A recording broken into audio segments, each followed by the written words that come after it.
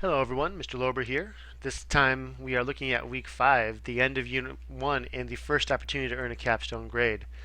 As described before, your success in the previous weeks directly affects your ability to succeed in this week. And you'll see why in just a moment. Similar format this week. You still have this video you're watching. You'll still have 5 tasks to complete, but you're going to be doing 5 very different tasks than what you've done before. You're only dealing with one I can this week, but it has 2 big essential questions. What fundamental principles and values help to shape American government, and what alternatives to American government exist? To help you address those, you're going to work through these 5 tasks here. Task number 1, self-analysis, asks you to create a week 5 page. And on your week 5 page, I want you to reread your responses from weeks 2 through 4. Below each of these essential questions, your job is to look for anything you've written that you can sort that will help you address each of these questions. So for example, if I was trying to address the fundamental principles and values question, I might look back to the Magna Carta and the Federalist Papers, and any information I've written for that, I would definitely sort under that category. Once you have sorted the information from your responses, you move to task 2, synthesis.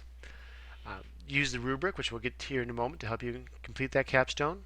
On your new week 5 page, you're going to create a post that has a well-written response to these questions. That might mean you need to revise, edit, or otherwise alter your writing from previous tasks in order to develop a smooth, readable text. Typically for capstones, I'd expect a minimum of 2 paragraphs per essential question.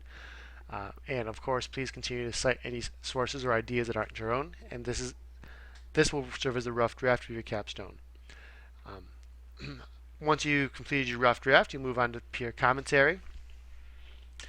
Viewing the responses created by at least 2 other students, you are going to make a new post on your page, providing feedback to them, looking at 3 strengths, 3 things they've done well, and 3 areas that they need to grow in. And you're going to fill in the table just as we have for peer commentary in other weeks. In task 4, you'll be making your final draft from the week. In order to do that, you're going to have to consult the feedback your peers made for you. So feel free to look at their various wiki pages.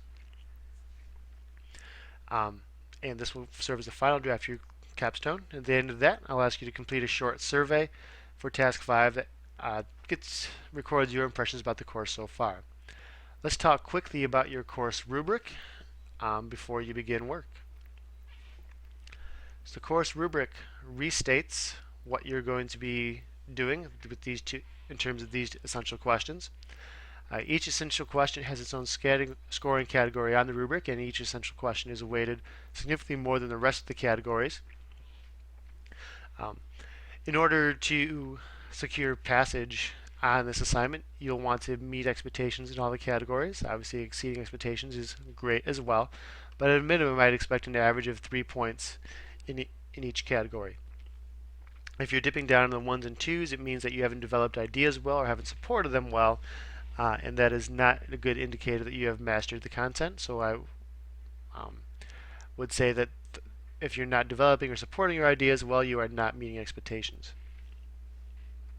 So both essential questions 1 and 2 have some guidelines I need you to follow. You're also being graded for how well you cite sources, so please keep that in mind. If you've been doing that through your text so far, that should be easy to keep it up. I'm also going to look for how well you incorporated feedback from your peers. So is your writing markedly altered because of that, or did you ignore that? What changed between your first and final drafts? I'll also be looking for writing conventions, making sure that you are spelling things correctly, not have any glaring grammar errors. There are 21 points available on this assignment, so you'll need to earn 70% of those in order to pass the capstone. Otherwise, you, of course, will be able to retake it once, and that is your instructions for the capstone. Again, please feel free to see me if you have any questions about what to do, or shoot me an email and I'll be happy to answer you. Good luck this week. Have a good day.